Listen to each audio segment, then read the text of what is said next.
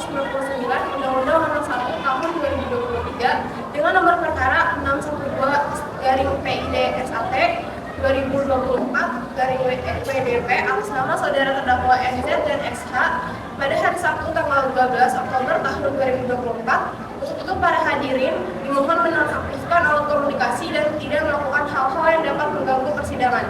Baik, sebelum itu demi kelancaran persidangan ini ada baiknya kita berdoa terlebih dahulu. Berdoa dimulai. Sudah selesai, yang terhormat yang mulia hakim dipersilakan memasuki ruangan sidang. Hadirin dimohon untuk berdiri. Yang terhormat yang mulia hakim dipersilakan memasuki ruang sidang. Hadirin dimohon untuk berdiri.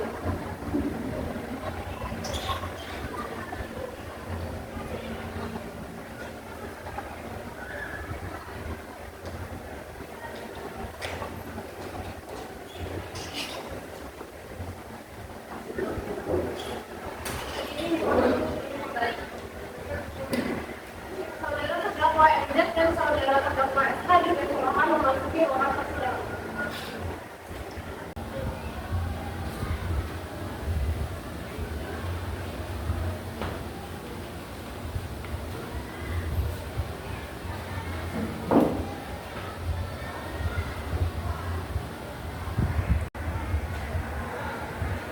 Dengan ini, sidang perkara pidana dengan nomor perkara 612/PIDSAT/2024/WDP atas nama terdakwa saudara MZ dan saudara SH dinyatakan dibuka dan terbuka untuk umum.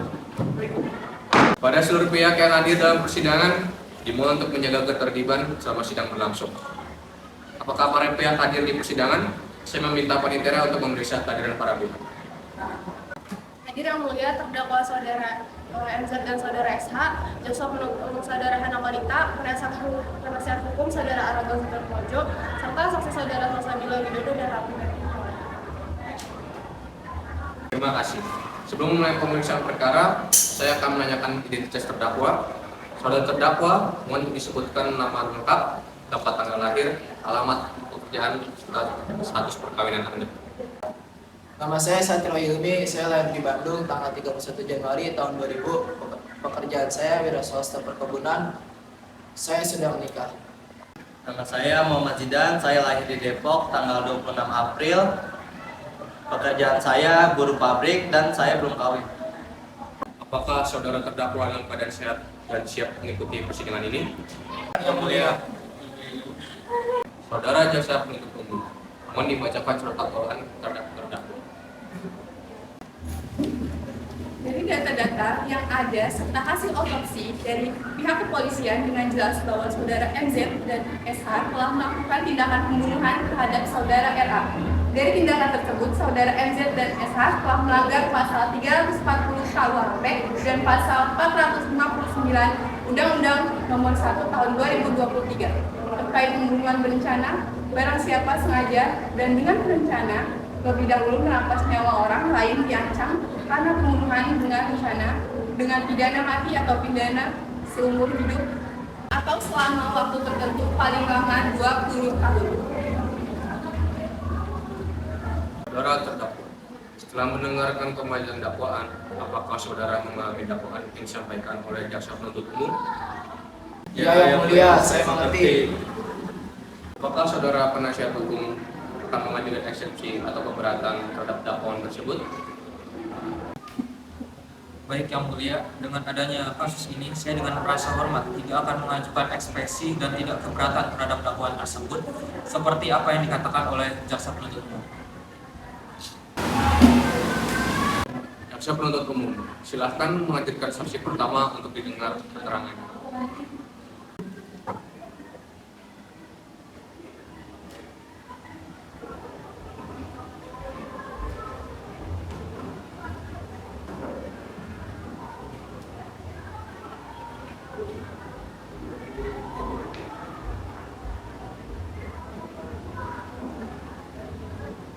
Saudara saksi, sebelum memberikan keterangan, saudara disumpah menurut agama yang saudara anut.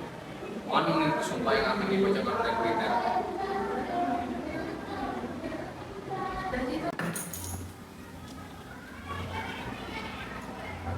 Puji Tuhan berjanji akan memberikan keterangan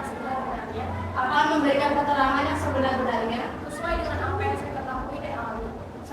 saya ketahui dan alami, tanpa dipengaruhi oleh siapapun.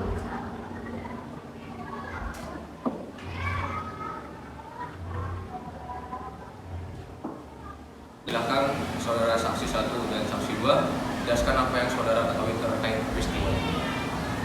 Pada saat kejadian, sekitar pukul 2 siang, korban meminta izin kepada saya untuk keluar rumah karena alasan pekerjaan. Namun pada malam hari, korban tak kunjung pulang ke rumah dan tidak dapat dihubungi. Hal tersebut membuat kami khawatir karena tidak biasanya terjadi. Saya menemukan mayat korban pada hari Senin tanggal 7 Oktober 2024 pukul 4 sore di belakang perkarangan Jalan Raya Cipayung. Saya waktu itu berjalan pulang ke rumah dan saya menemukan kejanggalan di tumpukan situ, yaitu adalah mayat korban Bapak RA yang sudah berlumuran darah akibat tertusuk oleh pisau. Saudara saksi, izinkan saya bertanya. Pada saat kejadian, apakah saudara melihat dengan jelas siapa yang melakukan tindakan tersebut? Awalnya saya tidak mengetahui siapa pelaku yang bertanggung jawab atas pembunuhan terhadap korban. Saya juga tidak menaruh curiga terhadap korban saat dia pergi berangkat bekerja. Tapi saat pihak kepolisian memberitahu saya mengenai bukti otopsi, saya tidak menyangka. Awalnya memang benar korban meminjam uang kepada pelaku dan mereka bersepakat untuk membayar utang tersebut jika korban sudah ada uangnya. Namun ada keperluan mendesak yang harus dibayarin terlebih dahulu. Dan saya tidak mengetahui yang mulia apakah karena faktor internal tersebut, apakah ada masalah lain dengan korban. Tidak mengetahui yang mulia. Apakah pada saat itu saudara juga melihat ada orang lain di sekitar tempat kejadian? Tidak ada yang mulia. Saudara saksi, apakah saudara mengenal korban dan terdakwa sebelum peristiwa ini terjadi? Jika iya, bagaimana hubungan saudara dengan mereka? Saya keluarga korban yang mulia. Saya tidak begitu kenal dengan pelaku. Yang saya ketahui mereka hanya sebatas teman. Saya dengan korban hanya sebatas tetangga saja. Saya tidak terlalu mengenali korban. Baik, terima kasih atas jawabannya. Mohon dilanjutkan keterangannya terkait peristiwa setelah itu. Baik yang mulia. Pada saksi dipersilakan meninggalkan area persidangan dan kembali ke tempat yang sudah disiapkan.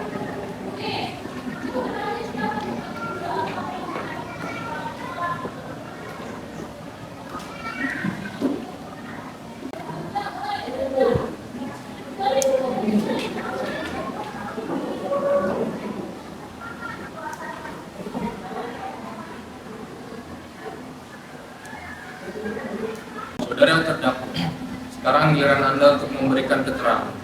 Jelaskan kepada majelis hakim apa yang terjadi pada saat kejadian sesuai dengan apa yang saudara alami. Pada hari itu yang mulia, saya bersama rekan saya Zidan membuat pertemuan di perkarangan Cipayung untuk memberikan pekerjaan kepada saudara RA, dan kemudian terjadi pertengkaran saya terhadap korban.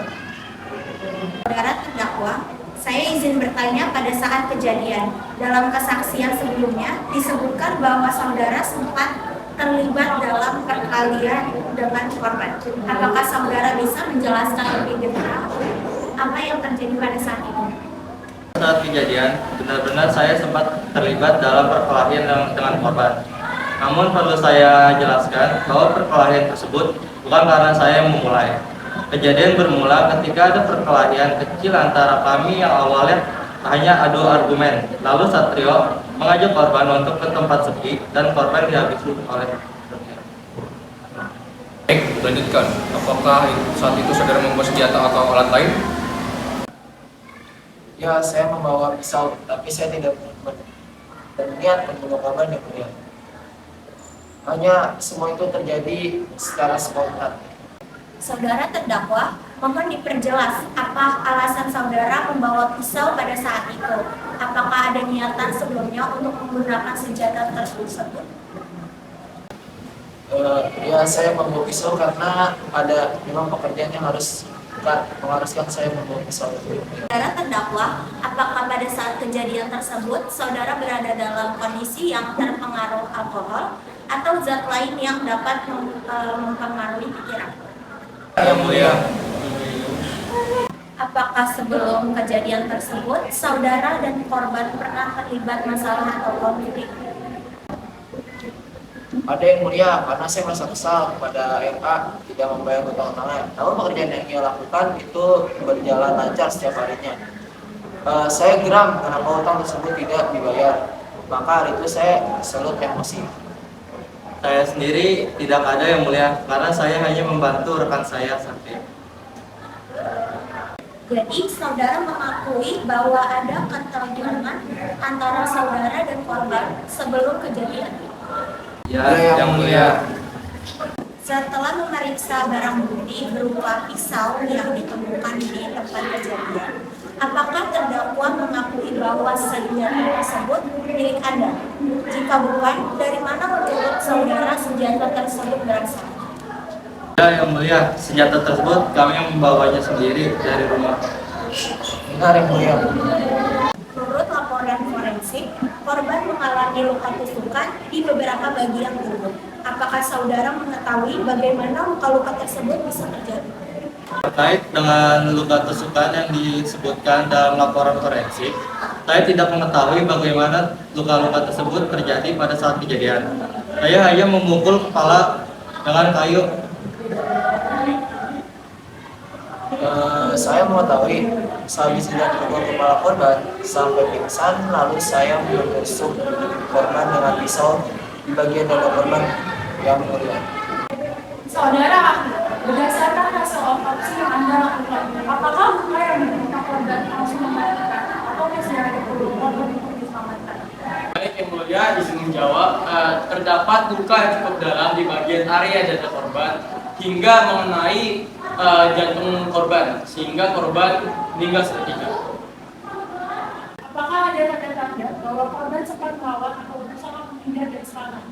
Menjawab yang mulia, tidak ada tanda-tanda perlawanan yang signifikan. Terima kasih atas jawabannya. Mohon lanjutkan keterangannya terkait peristiwa selanjutnya. Baik yang mulia. Baik, kita akan mendengarkan replik dari jaksa penuntut umum. Silakan jaksa. Fakta menunjukkan bahwa saudara telah melakukan pembunuhan dengan cara yang terencana. Berdasarkan saksi-saksi dan barang bukti yang kami hadirkan, ada ditemukan senjata berupa pisau dan juga bambu. Jelas ada niat dan perencanaan dalam tindakan saudara. Sebelum kejadian, saudara sudah menyiapkan senjata dan menentukan tempat bertemu dengan korban. Apakah penasihat hukum terdakwa akan mengajukan replik? Terima kasih yang mulia, kami menghormati replik yang disampaikan oleh penuntut umum. Namun kami tetap berpendapat bahwa tindakan terdakwa terjadi karena keadaan yang sangat mendesak dan tanpa maksud untuk melakukan pembunuhan secara terencana. Jaksa tidak dapat membuktikan bahwa perbuatan tersebut dilakukan dengan niat buruk. Kami tetap memohon kepada yang mulia untuk memberikan keringanan hukuman karena sesungguhnya isi pasal 28 ayat hak untuk hidup dan mempertahankan kehidupan yang isinya pasal 28A, setiap orang berhak untuk hidup serta berhak mempertahankan hidup dan kehidupannya. Saudara jaksa penuntut umum, kami persilakan untuk menyampaikan tuntutan terdakwa.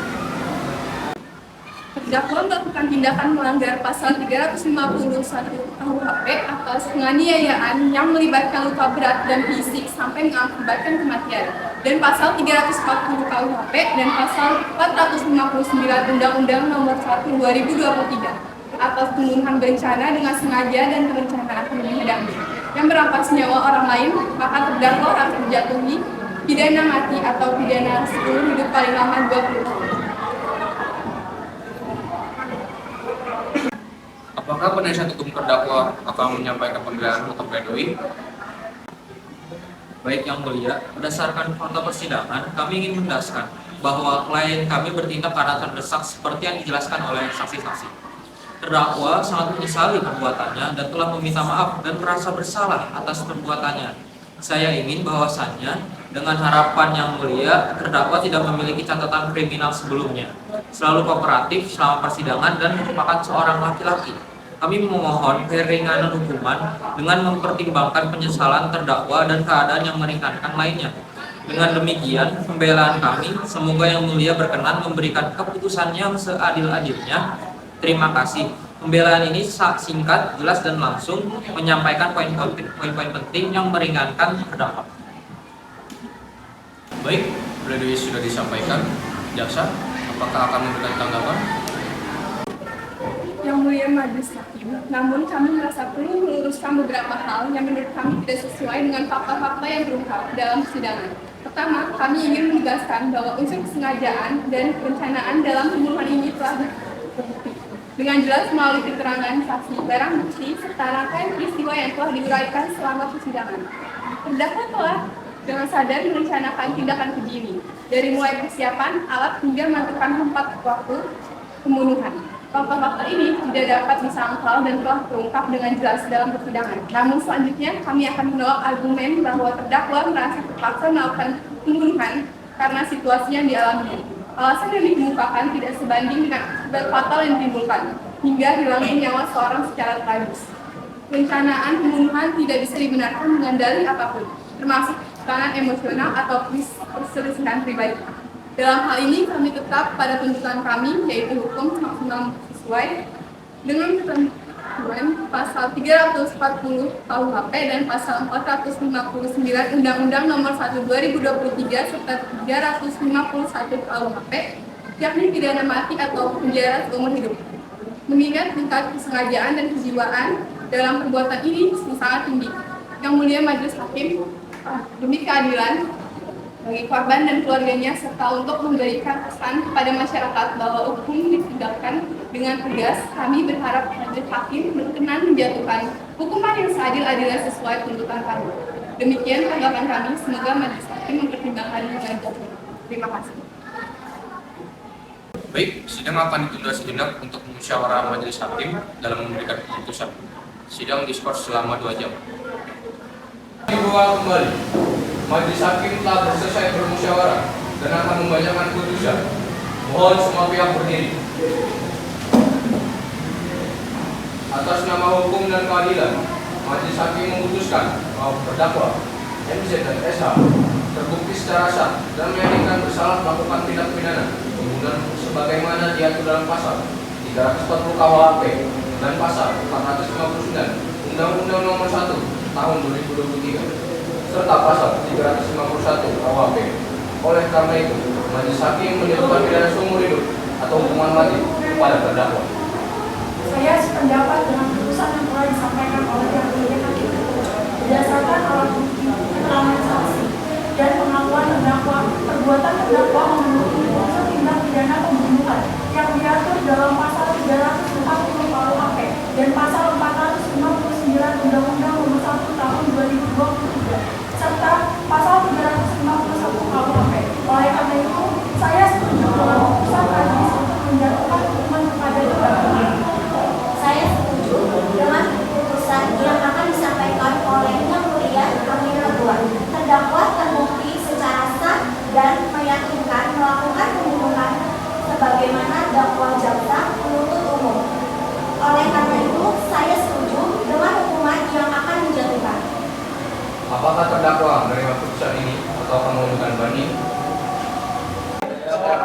Yang mulia. Baik, terdakwa memiliki waktu 7 hari untuk menyatakan banding. Dengan ini, sidang ditutup.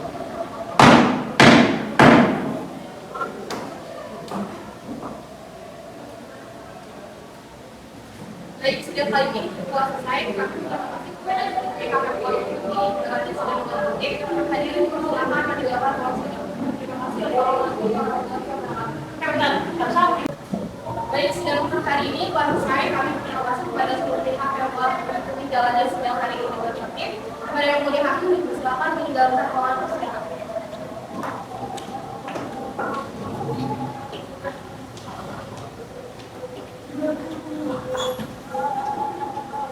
Hadirin dipersilakan meninggalkan ruangan persidangan. Terima kasih. Wassalamualaikum warahmatullahi wabarakatuh.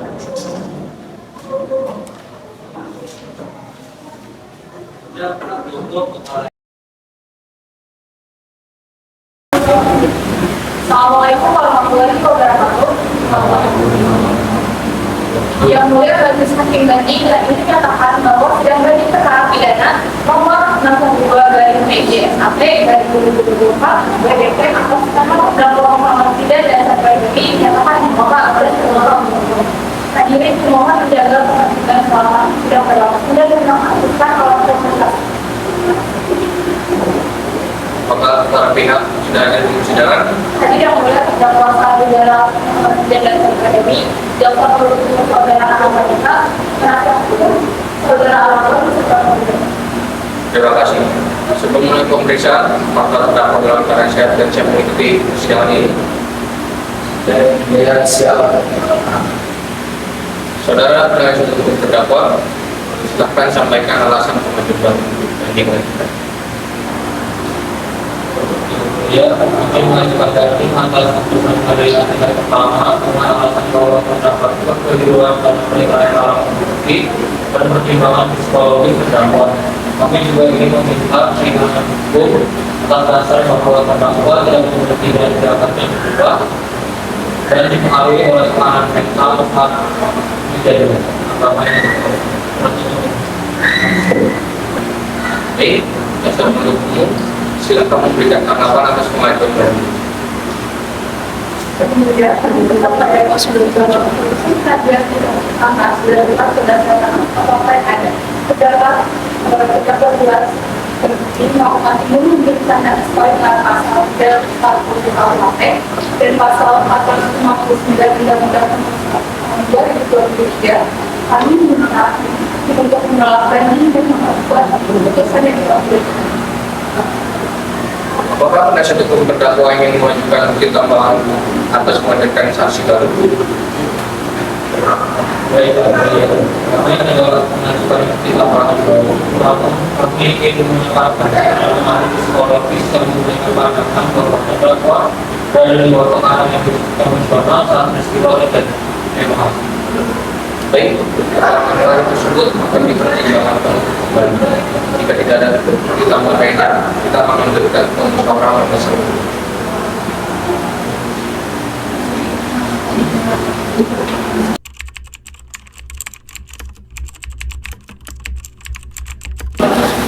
Sidang dibuka kembali.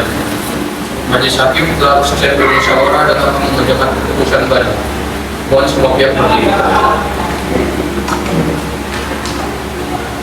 Berdasarkan hasil musyawarah dan pertimbangan yang ada, Majelis Hakim memutuskan semua pembanding yang diajukan oleh terdakwa.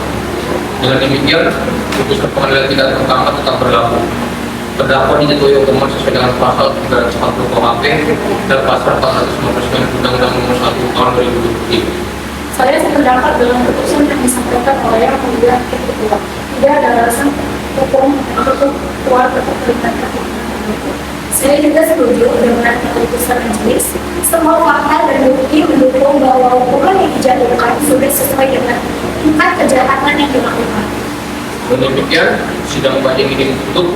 Terdakwa memiliki hak untuk mengajukan kasasi dalam waktu yang ditentukan oleh undang-undang. Sidang selesai.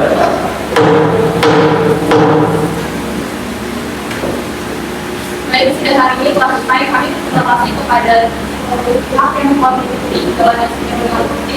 Wassalamualaikum warahmatullahi wabarakatuh. Waalaikumsalam warahmatullahi wabarakatuh.